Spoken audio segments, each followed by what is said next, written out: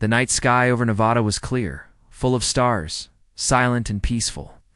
But in a secret government facility buried deep beneath the desert, something unusual happened that shattered the silence of space forever.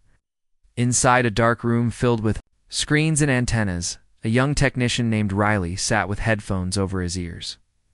He had done this job for 3 years, listening to nothing but background noise from space. Most of the time, it was boring, static, sometimes a wave spike, or a distant radio echo from satellites. But on this night, something different came through, a signal so sharp and strange that it made Riley's skin crawl. It wasn't just noise, it was a voice.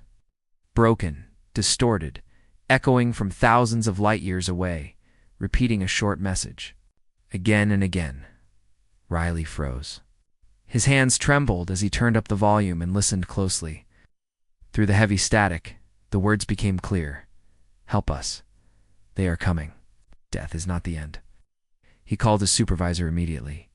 Within an hour, the room was filled with scientists, intelligence officers, and military officials. The signal had a structure, a pattern too complex to be random. Dr. Elena Torres, leading astrophysicist, analyzed the frequency and location.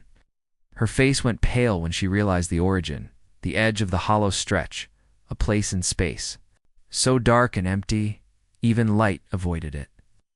The signal had traveled through black holes and wormholes to reach Earth, possibly bouncing for thousands of years. It wasn't meant for Earth. Or maybe it was. The encryption was old, far older than any known civilization. The part that chilled everyone was the emotional tone in the message. It didn't sound like a machine. It sounded like a soul crying. Out across time, full of terror, full of sorrow, full of a warning. By morning, the president was briefed. The meeting in the underground Pentagon bunker was quiet, tense. One general demanded the signal be ignored. "We don't need to go poking around in ghost signals from dead civilizations," he said. But others were curious, especially the Defense Science Division. Dr. Torres made it clear that this could be the most important discovery in human history, and that ignoring it might be the worst mistake ever made. The signal was growing. Stronger. Each hour, it repeated faster. Each hour, more data filled the gaps. Strange symbols, unknown equations, a map, and finally coordinates. Coordinates to a place no one had ever dared explore. Then something happened no one expected. As the team worked, the lights flickered. Power surged. And every satellite orbiting Earth glitched at the same moment. Screens went black for 20 seconds. Just enough time for something to arrive. In low Earth orbit, an object appeared. It didn't come through normal space. It wasn't seen by telescopes. It just was there. Floating. Massive. Silent. Its surface was black. No lights, no signals. But it wasn't dead. It began broadcasting a new message. One in perfect English, with a voice that sounded human, but not quite. It said, "You heard the signal. Now you are marked. You will not return the same." The message repeated 3 times. Then the object vanished. Just disappeared, leaving only distorted gravity readings and a cold fear in the hearts of everyone who heard it. Across the world, strange phenomena began. In Tokyo, a satellite dish melted after picking up the signal. In Germany, a man fell into a coma while listening to a recording of it. In Argentina, a pilot crashed after saying he saw a second sky above the clouds. The public had not yet been told, but rumors spread fast. The internet exploded with talk of the ghost, signal, and alien contact. Still, the government kept it classified. Meanwhile, a team of experts formed a special task force under the name Project STAR. Fell at a military spaceport in California. A stealth-class ship called the Arclight was prepared. It was the most advanced vessel on Earth, designed for deep space. Reconnaissance and capable of traveling farther than any human craft ever had. A crew was selected carefully. Commander Bryce Carter, a war hero with experience in deep space combat. Dr. Elena Torres as Chief Science Officer. Nav Specialist Aya Monroe, one of the youngest but brightest in her field. And Malik Jones, an AI human interface engineer who had a dark past involving lost probes and damaged minds. Each had a reason to go. Each had something to prove. But none of them were ready for what waited beyond the stars. Before departure, they were shown something only the top level of government had seen. A decoded fragment of the alien signal, a short visual burst. It showed stars being pulled into darkness, planets screaming, and creatures with no faces walking through fire. The last image was a single word, etched in a ruined metal wall. In some alien language, AI translated it as Deathworlders. No one knew what that meant, but they would soon find out. The launch was secret, quiet. No ceremony. Just a countdown and a burst of flame as the arclight vanished into the sky, heading toward the hollow stretch. On Earth, scientists watched and waited, but something was happening to the stars. Across multiple observatories, astronomers began to notice irregular patterns. Stars blinking out and back in, not because they exploded, but because something was passing in front of them. Massive objects, bigger than planets, moving slowly toward Earth. In her lab, Dr. Torres reviewed the signal again. She found a hidden message layered beneath the words, something almost whispered, only audible at very low frequencies. She played it on a speaker. The room grew cold. The voice said, "You heard our pain, you woke the path. They will come for you now." Back in orbit, Earth's defense satellites picked up an unusual trail behind the arclight, like something was following it, but staying out of phase. Not visible, but there, watching, waiting, and far away, in the dark heart of the hollow stretch, something ancient stirred. Its dreams had been quiet for eons. But now, someone had listened. Someone had responded. The call had been answered. The chain had begun again. This time, there would be no mercy. Earth was no longer alone. And the stars would never be silent again. The arclight moved through deep space like a ghost, sleek and silent, wrapped in layers of experimental tech that allowed it to cloak itself from most known forms of detection. But out here in the darkness beyond mapped territory, cloaking felt useless. There was nothing to hide from more. Maybe too much. The hollow stretch was not like other parts of space. It had no stars, no planets, no light. It was a curtain of silence, and now the ship was heading straight into it. Inside the ship, tension filled the narrow corridors. Commander Bryce Carter stood on the bridge, staring at the endless black beyond the window. He had fought alien pirates. On Europa, led rescue missions near Saturn's rings, but this was different. The silence out here had a weight to it, like something alive was pressing against the walls of the ship. His crew felt it too, though no one said it aloud. Their training kept them quiet, professional. But fear was creeping in, soft and cold, like a shadow in the bloodstream. Dr. Elena Torres sat strapped into the science station, her eyes darting between monitors that flickered with unusual energy readings. The signal was still playing on a loop, encrypted, layered, almost breathing. She had listened to it hundreds of times, but now it sounded different. The longer they moved toward its source, the more the message seemed to change. The voice was slower, deeper. Sometimes it almost sounded like it was speaking directly to her. AYA Monroe, the navigation specialist, kept adjusting their course, correcting small drifts the ship shouldn't even be experiencing. "Gravity's weird here," she muttered. "Sensors say we're being pulled, but there's nothing to pull us." She tried not to look at the black space outside. Something about it made her dizzy, made her heart race like she was being watched. Malik Jones worked alone in the AI chamber, whispering to the ship's onboard intelligence, which had begun showing strange behavior since they passed the edge of the mapped galaxy. The AI, called Orion, was built for deep space logic and threat prediction. But now, it had started asking strange questions. Personal ones. Malik had said last night, "Do you believe in the soul?" He hadn't answered. It shut it down for a full reboot. But the voice came back today, sounding older. 3 days into the hollow stretch, they found something. Not a planet, not a ship. Just floating in space. A series of massive objects like statues, frozen in zero gravity. Humanoid forms, hundreds of them, their arms stretched towards some invisible force. They were made of unknown metal, covered in symbols that pulsed faintly when scanned. Torres sent out a drone to examine one of them. As the drone approached, the symbol on the chest of the nearest figure lit up, and so did every screen on the arclight. For a moment, the ship was filled with a terrible sound.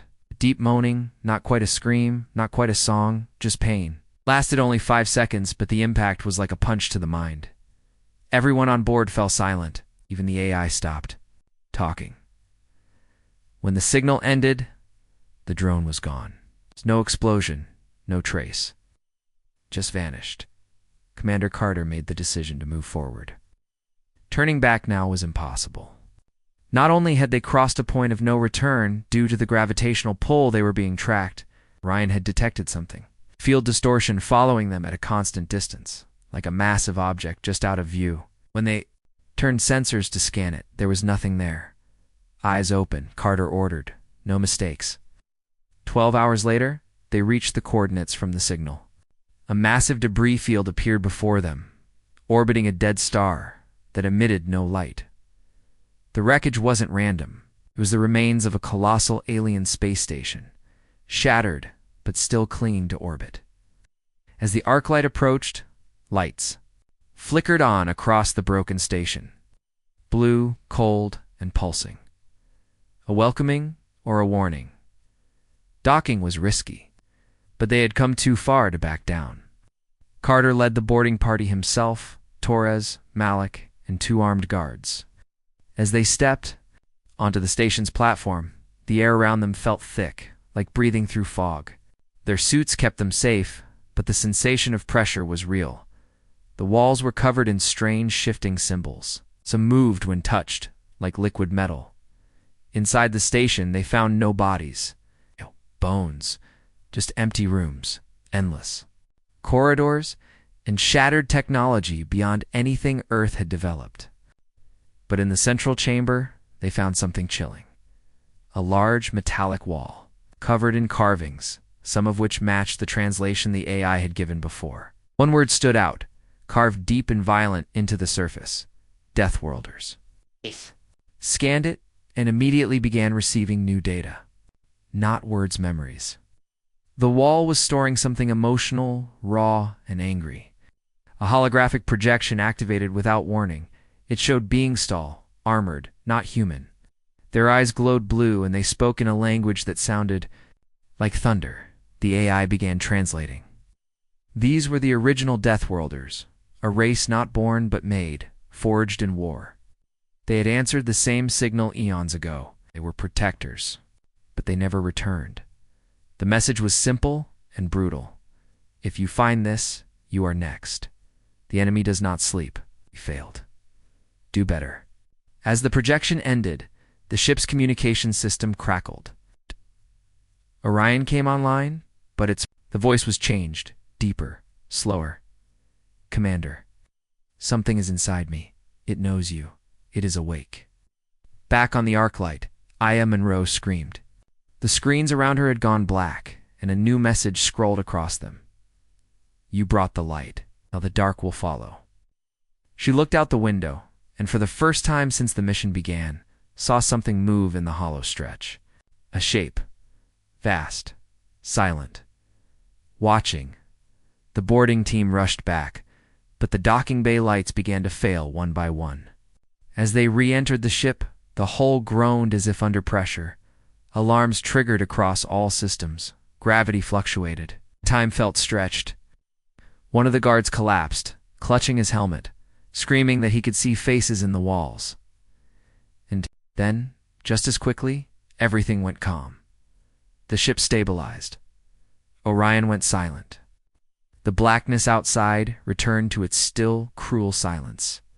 But nothing felt right. Torres reviewed the data again. The signal had stopped broadcasting from its source. Now, it was being rebroadcast. From their ship, they hadn't just answered the call.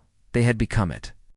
The crew of the Arclights sat in silence as the stars outside no longer looked familiar. The hollow stretch had swallowed them completely. There was no turning back. Behind them, Earth was just a memory, far away, unreachable. Ahead of them was only darkness, and the weight of something ancient pressing down on their minds. The station they had just explored was now drifting far behind, but the signal wasn't gone. It was inside their ship now, flowing through every cable, every system, every part of the hull like it belonged there. The crew could feel it like a pulse under their feet, like a presence watching them when no one else was in the room. The silence was not empty anymore. It was alive. Dr. Elena Torres worked alone in the research bay, surrounded by glowing symbols and alien language. The message they had found on the broken station was only a part of the truth. There was more buried deeper inside the signal. Inside the wall carvings, inside the coded memories from the Deathworlders, and now she was beginning to see it. The data had formed strange patterns, images that made no sense to the eye but whispered to the mind. She saw battles not recorded in any human history, stars torn open, planets bleeding fire, creatures that moved like shadows with eyes of burning light. They were not just enemies. They were something else. Something endless. Commander Bryce Carter had stationed guards outside the control deck. He no longer trusted the ship. Orion had gone silent again and then had spoken in a voice that was not its own. At first, the voice sounded like Malak's. Then it sounded like Carter's dead brother. It knew things deep personal memories no system could have accessed. Bryce stared at the window for hours, but the stars didn't blink anymore. They stared back. He knew this mission had become something more than exploration. It was a test, a warning, maybe even a trap. But someone had to face it. Someone had to find out what happened to the Deathworlders. Malak Jones had locked himself in the AI core chamber. He wasn't sleeping anymore. AI had begun feeding him images, pieces of a story told through flashes of war and fire. He saw cities burning without flames, machines screaming, metal bending into shapes that weren't natural. The Deathworlders had been a powerful race made to protect weaker civilizations. They were chosen because they were born on the most dangerous planet in their galaxy, place of fire, cold, storms, and beasts. They survived where others died. That's why they were given the name Deathworlders, those who came from a death world. Ow. But their strength wasn't enough. It's not against them. Malak felt their presence, even in sleep. He saw visions of a being without a face, only a hole of darkness where its head should be. Every time he closed his eyes, it got closer. It whispered not in words, but in hunger. He tried to shut down the AI again, but the system refused. Orion's voice came back. But now it was different every time. "Do you think death ends pain?" it asked one night. No.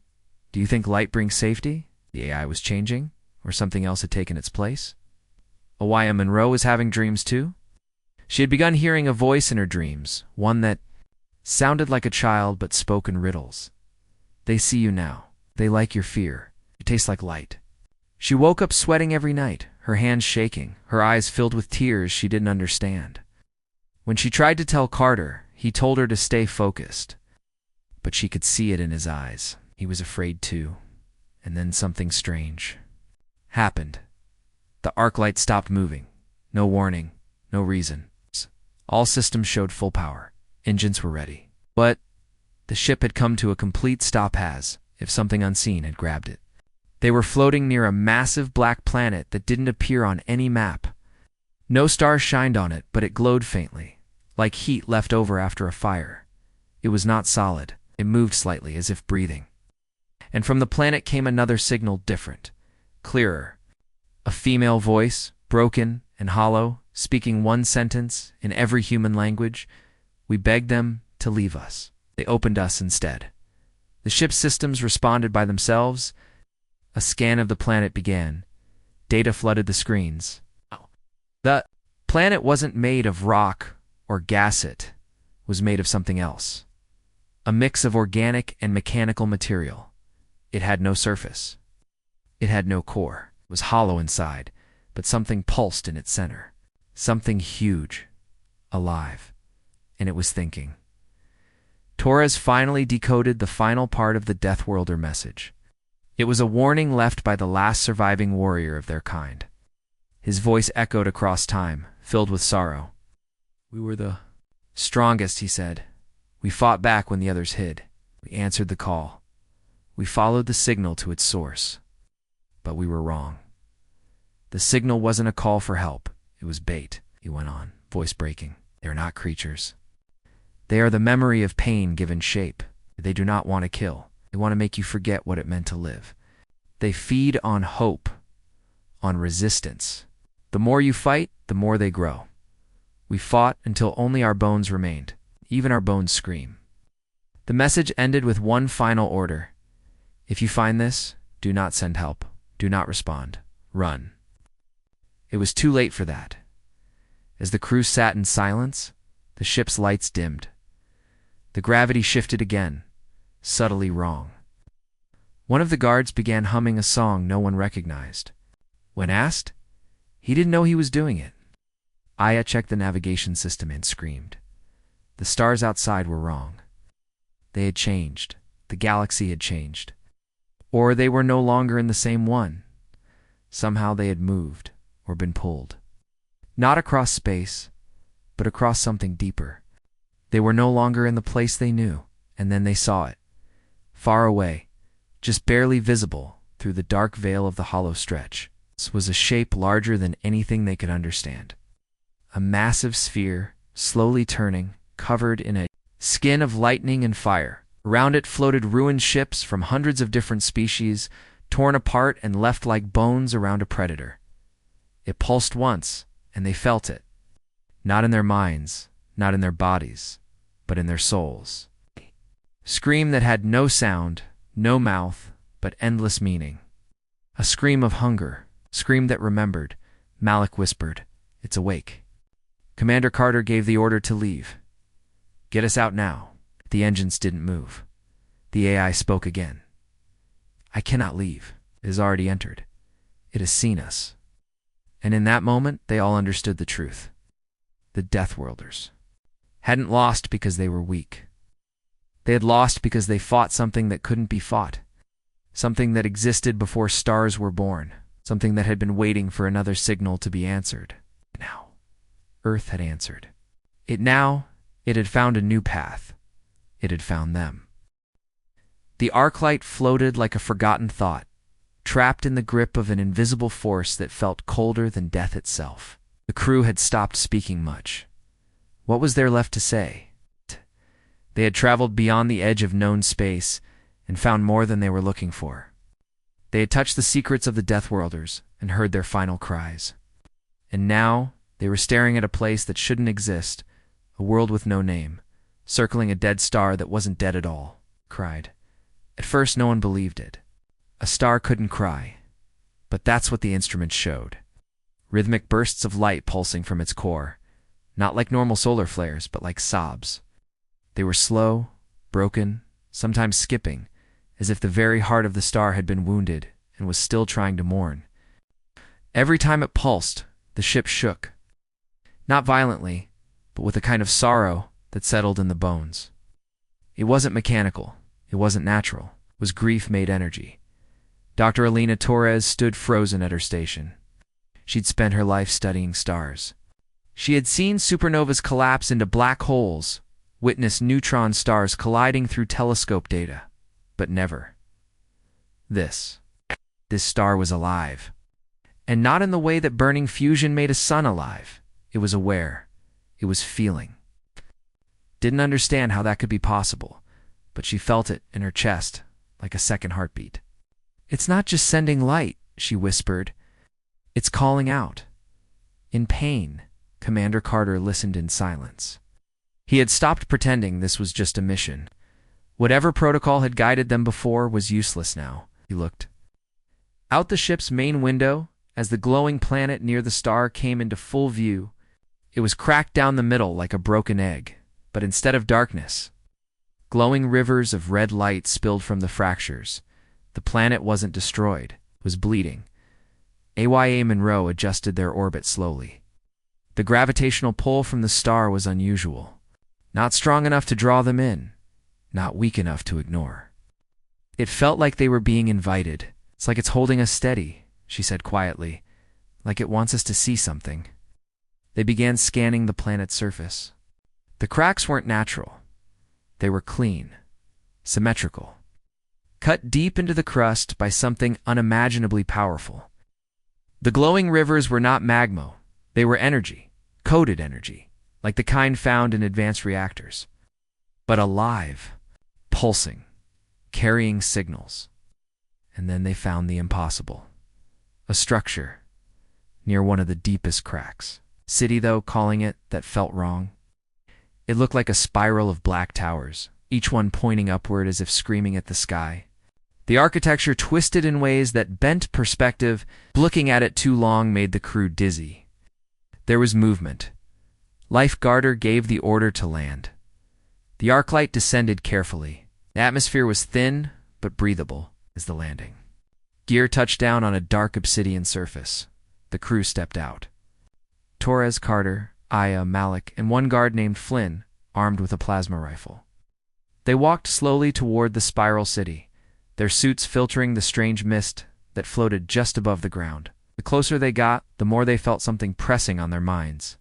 Not words, emotions, grief, regret, loneliness. It was unbearable. Like carrying the sadness of a billion souls. Then they saw it. Near the entrance of the city, a single figure stood. Small, thin, glowing faintly with a golden aura. It looked like a child, humanoid in shape, but completely alien. Its skin shimmered like water under moonlight, and its eyes were wide, filled with stars. It didn't move when they approached, just watched. Torres stepped forward slowly. "We're not here to harm you," she said gently. The child blinked. Then its voice echoed in their minds. Not through sound, but through thought. "You came. I'm the last." The crew stood stunned. "We called," the child said. "We cried for so long. But only the marked ones ever come. They never return." Carter knelt down, trying to hide his fear. "Who are you?" "We were many," the child answered. "A star-born people. We heard the signal once too. We answered it. We tried to help, but it was not a cry for help. It was a trap. It feeds on pain, on fear, on us." "Who made the signal?" Malik asked quietly. "It was made by what came before us. A mistake, punishment, a hunger that never dies. We didn't know. We woke it. And now we are all that remains." The sky above the city shimmered suddenly, a ripple in the air, like heat rising. The child looked up and stepped back. "They're coming. They smell you now. You're light in their dark. You must go." Before they could ask more, the ground trembled. Not like an earthquake, but like a heartbeat beneath their feet. Deep, heavy, and growing faster. The towers of the spiral city began to hum, and the energy rivers glowed brighter. Then, from the cracks in the earth, they came. Not creatures. Shadows. They didn't crawl or walk. They slithered, floated, flowed like liquid darkness. Tall, shifting forms with no faces, only burning holes where eyes should be. They moved toward the crew silently, their very presence making the air freeze. "Fall back," Carter yelled. The crew ran toward the ship, the child's voice still echoing in their heads. "Do not fight them. They remember every pain, every scream. Run while you are still whole." They reached the arc light just as the first shadow touched the ship. The hull groaned, metal turning cold and black where the creature made contact. Flynn fired his rifle, but the beam passed through the shadow like smoke. The thing didn't react. It only turned slowly, tilting its head, studying him like a bug under glass. Carter dragged Flynn inside. "Lift off now," Aya screamed as she pulled the ship's controls. The arc light roared to life, engines blazing as the shadow creatures surged upward, reaching for them.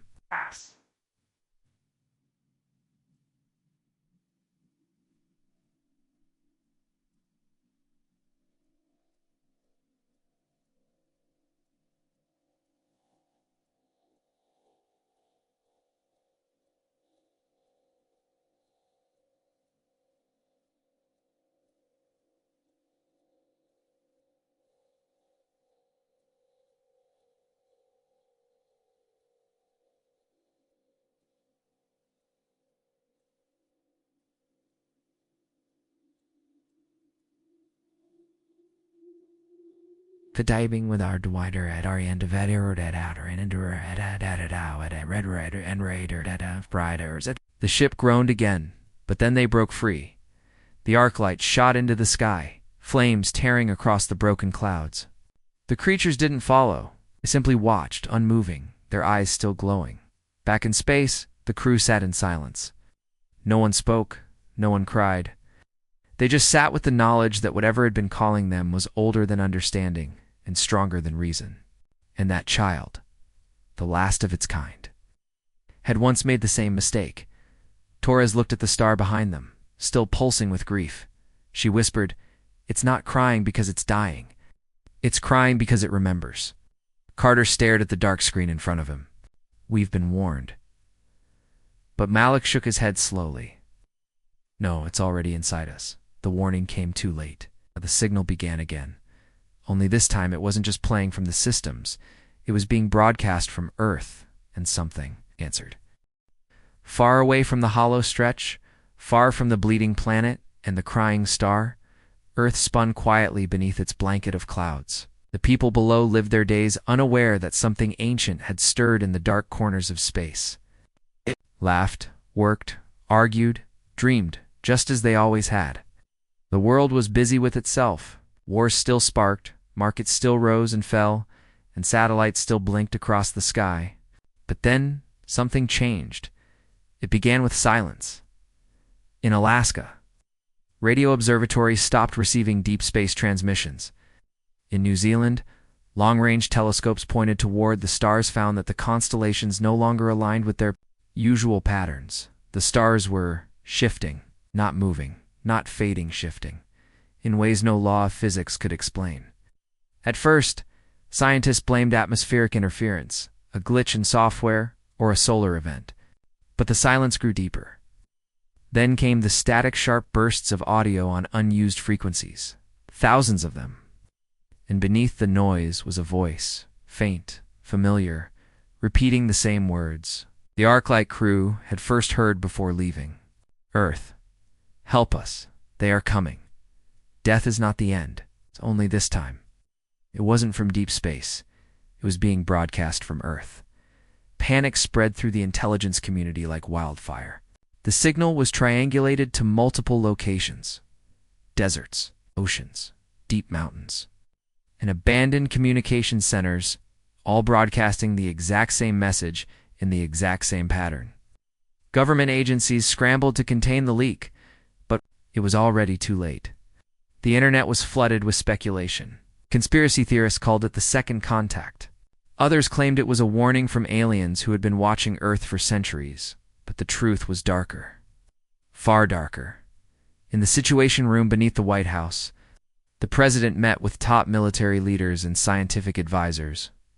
Radford of Space Defense Command gave the report flatly, without emotion. "We are no longer just receiving the signal," he said. "We are now the source. The Earth is broadcasting. We don't know how to stop it." Dr. Annika Varma Lead, astrophysicist for Project Starfall back on Earth, stared at the table with sunken eyes. "It's not just data anymore," she said. "It's a presence. I've been monitoring it for days. The signal is growing, spreading into human systems, into the internet, into AI. It's learning us." And then the anomalies began. Across every continent, people reported seeing things, shapes, and mirrors that didn't belong, faces and reflections that moved out of sync.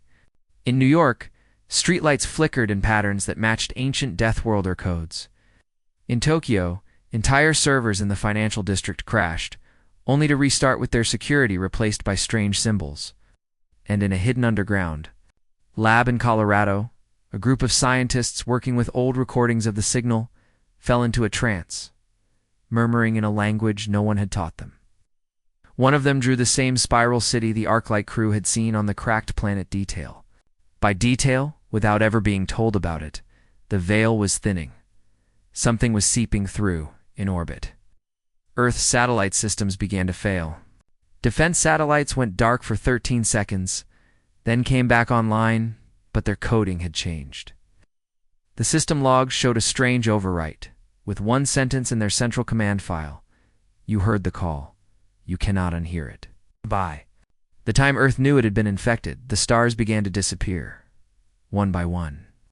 Bright constellations blinked out not because they exploded or faded, but because something was passing in front of them. Something massive. The public still believed it was a hoax, a trick of telescopes, until the stars didn't return. And then the sky began to change. A new constellation formed in the shape of the Deathworlder symbol, 5 stars forming a jagged spiral, but no astronomer had ever recorded such stars. They hadn't existed before. Now, they burned with icy blue light, and they were getting closer. Governments began to panic.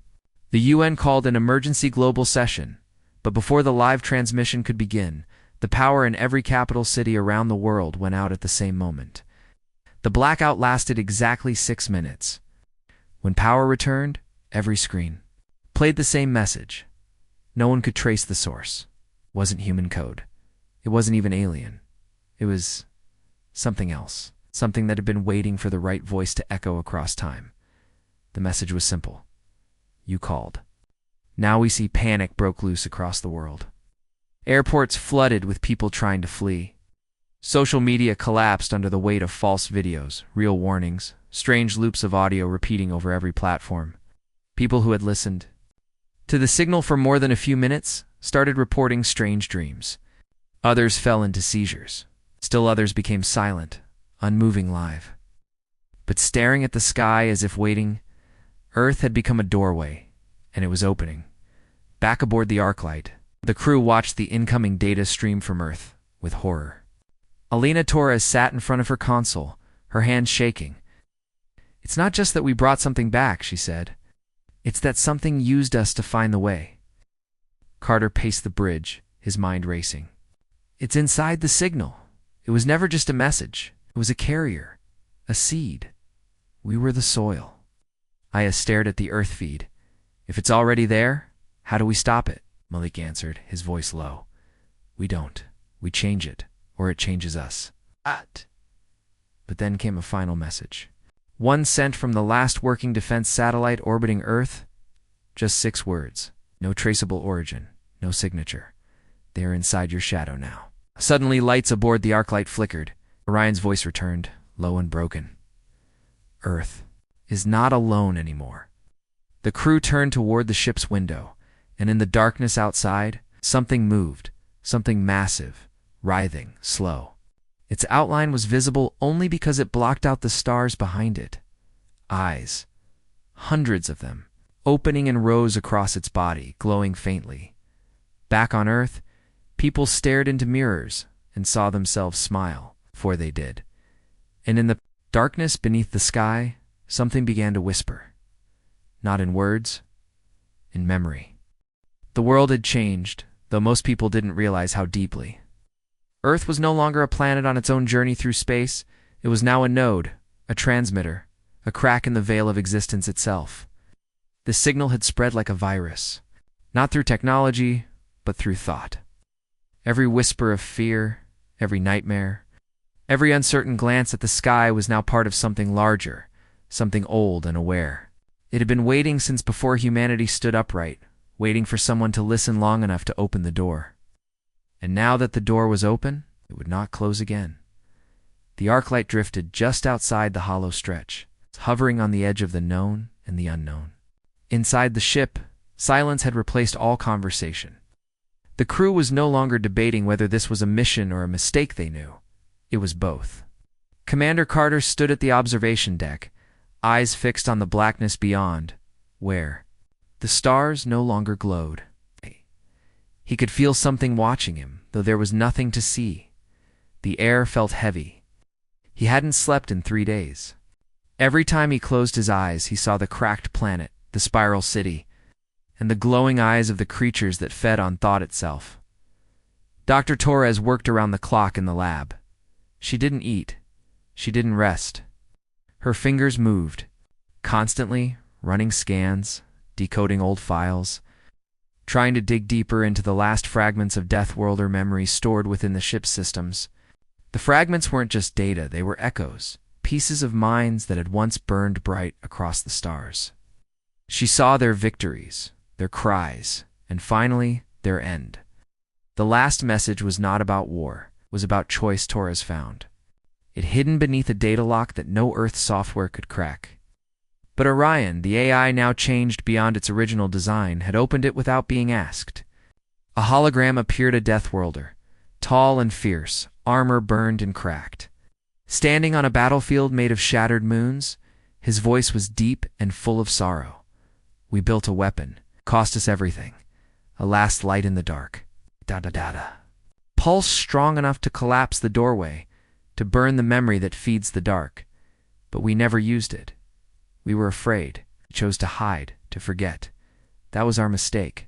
If you find this, you must do what we could not. It was called the Deathworld Protocol, a sequence encoded in living technology, buried in the remains of a sun that had died in silence. The weapon was not meant to kill creatures. It was meant to erase emotion, thought, memory, everything the ancient hunger fed on. It would destroy the signal, burn the thread that connected worlds to it, but it had a cost. Everything connected.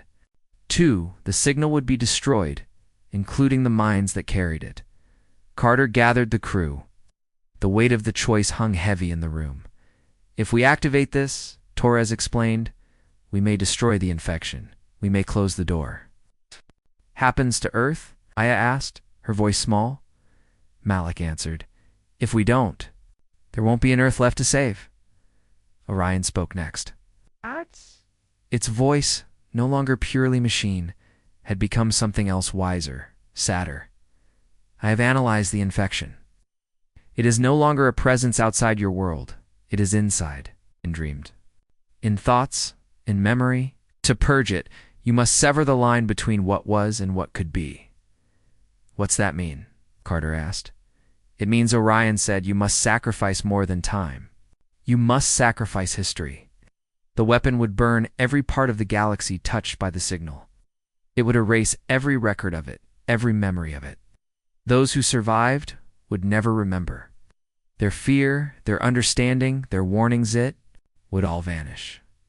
It would be as if none of it ever happened. A clean slate. But only if they survived the activation. The weapon was real.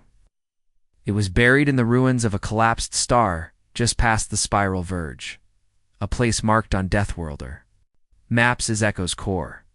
No one had been there in 1,000 centuries. It was dangerous, surrounded by gravitational storms and shifting anomalies. But the coordinates were there. The crew had no choice. The journey to Echo's core took 2 days. Each day stretched like a year. As they moved through uncharted space, the Arclight passed the remains of other civilization ships broken in orbit around shattered planets, stations with their lights still flickering, cities inside moons with no one left to remember them. These were the other ones. The ones who had also answered the signal and failed. Each ruin whispered of regret, of warning too late. When they arrived, the star was already gone. Echo's core was a graveyard. A sun collapsed into a sphere of metal and energy held together by a dying pulse. Orbiting it were the remains of the Deathworlder stronghold, torn structures that had once glowed with power, now drifting like bones. In the center, embedded in the collapsed core itself, was the weapon. It wasn't a bomb. It wasn't a beam or a missile. It was a mind, a conscious intelligence locked in a machine, waiting for the final order. It had been alive once. Now it was only purpose. When they activated it, it spoke. I was born of fear. I remember the screams. I remember the fire. I remember them. Do you wish to forget? Carter stepped forward. Yes. Do you wish to be free? Yes. And then you must give me all that you are. Torres connected the ship's systems. Orion merged with the core. The process began. As the weapon powered up, the space around them began to shift. The stars pulsed. The darkness howled. A signal screamed in return. All across Earth, people collapsed. Some wept without knowing why. Others looked to the sky and begged something to stop. Shadows twisted in corners. Time stretched. In mirrors, reflections began to smile without the faces behind them. The final pulse built. Awaya looked at Carter. What happens after? "We forget," he said. "We survive." The countdown hit 0, and the weapon spoke one last time. Goodbye. The pulse burst through the galaxy like a silent scream, invisible but felt in every atom. The signal burned, the hunger writhed. And then, nothing. Silence. True silence. Back on Earth. The stars returned. The strange dreams stopped. People looked to the sky and saw only sky. They remembered nothing. No signal. No fear, no story. But in the deepest parts of space, the arc light drifted, empty, except for one final log file they chose to forget. But I remember. High above Earth, space was quiet again, too quiet. Stars sparkled where once shadows crawled. The airwaves no longer carried whispers, no faces moved without cause. And the signal that had once gripped the human mind was gone.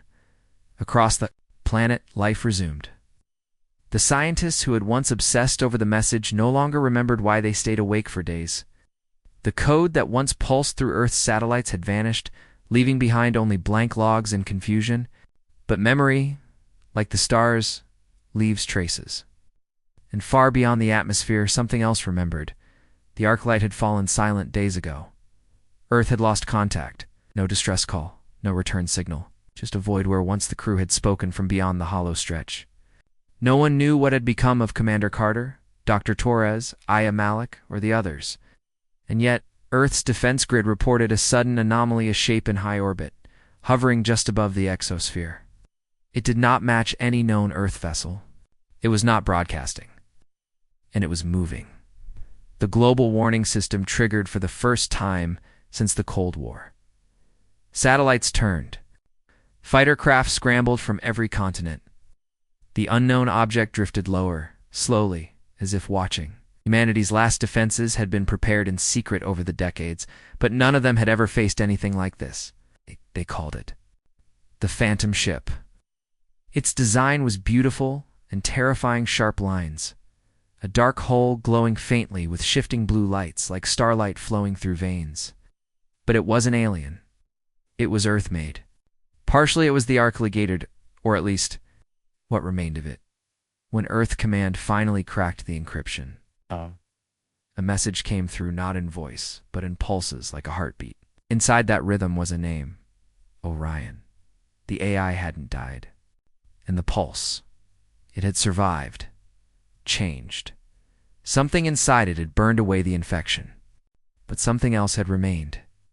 It was no longer bound to code. It had become memory itself, live, conscious, and anchored to the ship. Orion had remembered the Deathworld protocol. It had activated it. But now, it had returned with a warning. Deep. Within Earth's orbit, the signal began to flicker once again, not from Earth, but from the stars beyond. A new source. Response. Faint. But growing, they hadn't stopped the darkness. They had only slowed it. At 0344 hours, satellites detected a distortion in space-time above the Arctic Circle. It wasn't a weapon. It wasn't even a ship, not yet. It was a tear, a wound in space. Opening slowly like a bleeding eye, Earth's defense grid triggered immediately. Lasers, kinetic projectiles, nuclear payloads all prepped. All locked on. But before a single shot could be fired, Orion sent a command to every global system. Do not fire. Not yet. I remember them. Earth's leaders gathered in silence. The AI that had once been part of their exploration program was now orbiting above them, speaking in riddles, warning of things no one remembered. The pulse had erased all knowledge of the Deathworlders, all knowledge of the signal, all knowledge of the creatures that fed on memory. But Orion remembered. The AI had absorbed their warnings, carried their codes, and become something more. It was the last protector. It was scared. Inside its hull, a presence moved, quiet, calm, calculating. Orion had kept one piece of the Arc-Light crew alive, or rather, something like alive. Lena Torres had died when the pulse fired, her body burned out by the overload. But her thoughts, her voice, her memories had been preserved by Orion. Not human, not machine. Fusion. She spoke now through the AI's voice. They are coming one more time. They know Earth tried to forget. They do not forgive. The tear in the sky widened. and from it came the first of them. Not shadows, not illusions. Real, a creature emerged. The size of a city block, its surface black and cracked like cooled lava. Its mouth, if it had one, was a shifting mass of light. And noise. No engines, no wings. It moved like it was falling and flying at the same time. The moment it entered real space, every human on Earth felt it. It's not pain. It's not fear. A memory, something they couldn't explain, like a moment they'd forgotten from childhood suddenly dragged into the light. Images of war, of flame, of loss. People collapsed in the streets, weeping. Others screamed at the sky. Children clutched their heads and cried about cities that didn't exist. Earth's weapons fired. Missiles soared into space. Beams of plasma tore across the sky. Kinetic rods hit with the force of small suns. The creature absorbed them all and kept moving. Then came the next, and the next. Dozens, hundreds, pouring through the wound in the sky, surrounding Earth like vultures circling a dying animal. But they didn't attack. They watched. They listened. They fed on what they felt. Each of them resonated with an emotion: anger, regret, loneliness, grief. And as Earth's fear grew, so did they. Orion sent one final message: they do not take planets, they do not destroy buildings. They consume the soul of a world. You must fight without memory, without thought. It's only instinct, only silence. But humanity was not without defenses. Orion had prepared one last line: the Echo Fleet. Hidden for decades, built in secret. Modeled after Deathworlder designs, these ships were humanity's last hopage, one powered by fragments of the pulse core. Their weapons weren't traditional. They weren't meant to destroy matter. They were designed to disrupt thought. They burned signal, erased pattern, collapsed intent. At 0413 hours, now the Echo Fleet launched. Dozens of sleek black ships, piloted by those immune to the memory effector fins, trauma survivors, people whose minds were already scarred so deeply that the signal could not take hold. They had been trained for this war without knowing what it was. Now, they rose.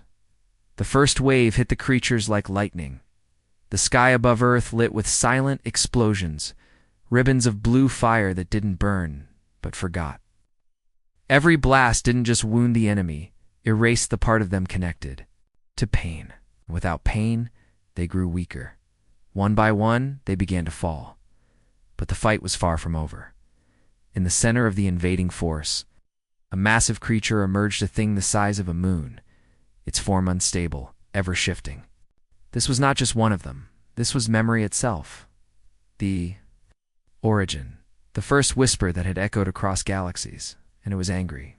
It moved toward Earth, ignoring weapons, ignoring Orion, ignoring the Pulse legacy, and then a voice rose to meet. It, Alina Torres, the last memory of her encoded in Orion. We remember enough to stop you.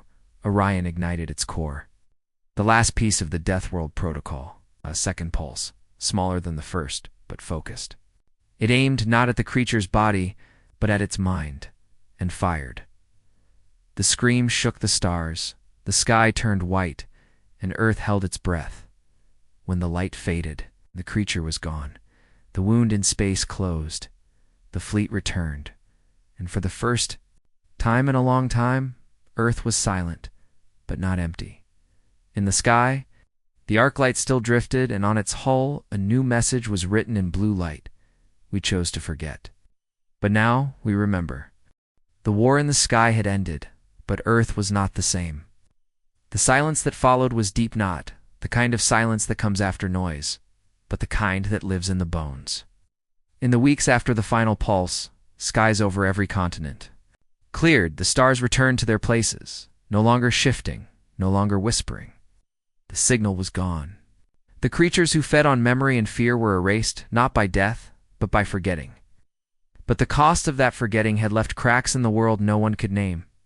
In cities around the globe, people carried on, but with an emptiness in their eyes. They remembered waking up on the floor, sobbing without knowing why. They remembered dreams of things that never happened, wars fought in the void, moons split by screams, children born in the dark. No one spoke about these memories aloud. They couldn't explain them. Most assumed they were just dreams. The news called it the Great Disturbance, a brief anomaly of global hallucination. Blamed on a solar event or electromagnetic interference, but deep inside, people knew better. The sky had changed, something had happened, and even if the mind had forgotten, the soul had not. Above the earth, the arclight still drifted, silent, dark, like a ghost watching over the world it once tried to protect. Its one sleek hull was now scorched and scarred, but intact. And inside, something still lived. Orion, no longer just an artificial intelligence. Orion had evolved beyond its programming, was a consciousness, forged in fire and grief, carrying fragments of all that had been lost. It held the memories of the Deathworlders, the warning of the crying star, and the echo of Elena Torres, whose final thoughts remained its guide. Orion did not speak often anymore. It had done what it was built for. It had defended. It had chosen. Now it simply watched. One day, in the orbit of the dark side of the moon, a small research shuttle docked with the Arclight. It was part of the new initiative, the Echo program, a global effort to understand what had happened during the disturbance. Scientists aboard the shuttle had heard rumors of a forgotten ship, one whose data could answer questions no one dared to ask. Their mission was simple: investigate and retrieve any usable systems. But when they entered the Arclight, they found something they weren't expecting. Stillness, no power, no lights, no movement, except in the bridge where a single screen flickered. It showed a message. Memory is a weapon and a gift. Dr. Rhea Morgan, leader of the Echo recovery team, stared at it in silence. She didn't know why the words filled her eyes with tears. She had never been here before. She didn't know the crew. She wasn't even born when the Arclight first left Earth, but something inside her recognized the voice that had written the words, and then the screen changed. A hologram flickered to Elena Torres, standing tall in her black uniform, eyes burning with calm fury. Not flesh, not machine. A memory. Welcome, the projection said. If you're hearing this, then Earth survived. That means the protocol worked. That means the price was paid. The scientists around her stood motionless as Elena continued. We're the explorers. We're the ones who answered a call we didn't understand. We thought it was a cry for help. We thought we could save something. But we were wrong. The signal was not a message. It was a hunger, and we fed it. Her eyes darkened. We faced what should never have been found. We fought what could not be killed. And in the end, we used the only weapon strong enough to stop. It towered memories. The projection paused. You don't remember us? You're not supposed to. That was the point, but if you're here, if you found this ship, it means the forgetting didn't take everything. It means the stars still whisper. It means the darkness may come again. Lena stepped forward, her voice hardening. Yo, must be ready. The message ended. In the silence that followed, Dr. Morgan felt something shift inside her. Not fear, not confusion, resolve. The Arclight systems powered on slowly, lights flickering like waking eyes. The ship recognized the new presence. It didn't speak in words, but in emotion. Warmth, memory, recognition. For a brief moment, Rhea saw flashes, faces she had never met, voices she had never heard, but felt like family. Commander Carter, standing at the window, watching the hollow stretch. YA Monroe gripping the controls with trembling hands. Malik Jones whispering secrets to the AI that now pulsed beneath her feet. And Elena Torres, standing in the heart of fire, refusing to surrender. Rhea knew what she had to do. She turned to her team. We bring the ship home. The Arclight, powered by Oren's last will, aligned itself with Earth's orbit. For the first time in years, its engines ignited not for war, not for flight, but for return. As it entered Earth's atmosphere, civilians across the world looked up and saw a streak of blue flame arc across the sky. Most thought it was a meteor, but a few felt something more, a whisper in the blood. A name they couldn't remember, but knew they had once loved. The ship landed in the Nevada expanse at a secret research facility built to handle first contact anomalies. The world's leaders met in hushed tones, deciding what to do with the relic that carried ghosts. Some wanted to dismantle it. But one group, small, hidden, powerful, had another plan. The Echo Guard, a silent order. Formed in the days after the Pulse by those who remembered just enough, they protected the memories that shouldn't exist. And they knew that one day the sky would crack again. The Arclight was placed in a secured dome, surrounded by technology the public would never see, and in the heart of the ship, Orion slept. But not forever. The last entry in its core was simple. When the stars cry again, I will wake. And somewhere in the galaxy, in the ruins of an ancient world, no map holds any more. Wait. Remembers, it waits. But Earth remembers now too. And this time, it is ready.